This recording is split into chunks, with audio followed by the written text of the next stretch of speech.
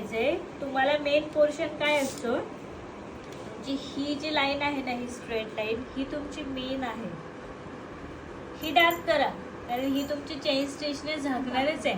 पण हे जे पोर्शन आहे, हा आणि हा पोर्शन, हा तुम्हाला अंदाजासाठी आखलाय आपण, की ह्या गोष्टीच्या बाहेर तुम्ही गेला नाही पाहिजे. जर तुम्ही हे डार्क करत बसले एवढं असं, गरजच नाही ना. तुम्हाला फक्त इकडे काय करायचं, ह्या गोष्टीच्या बाहेर नाही. तुम्हाला हे एवढ्यात पण दिसणार आहे ना की मला ह्या गोष्टीच्या बाहेर नाही जायचे, मग ते हळूहळू हळूहळू ते निघत जातं. पेन्सिल पण, व्हाईट पेन्सिल पण ड्रॉ करताना, जेव्हा तुम्ही आता समज हे लाईन्स किंवा चेक्स बुट्टीचं ड्रॉ करता, पेन्सिल पण इतकी अशी ड्रॉ नका करू.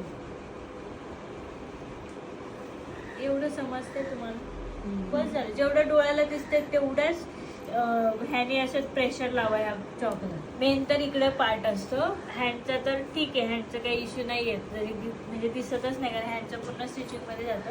तर ज्यावेळेस तुम्ही हे पण मार्किंग करता, हे हलक्या हातानेच मार्किंग करा, कारण तुम्हाला रिक्वायर्ड काय, एवढंच रिक्वायर्ड आहे.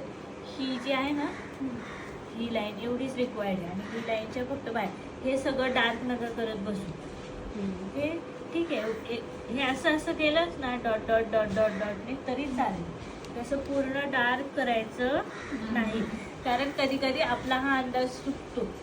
पण ब्लाऊजच्या मेजरमेंटनी आपल्याला येत नाही ना हे ड्रॉ करता, प्रॉपर हा शेप देता येत नाही, मग आपल्याला तो कधी कधी कमी जास्त होतं. पण जर तुम्ही हा डार्क करत बसला, याच्यावरती तुमचं काही कामच नाही.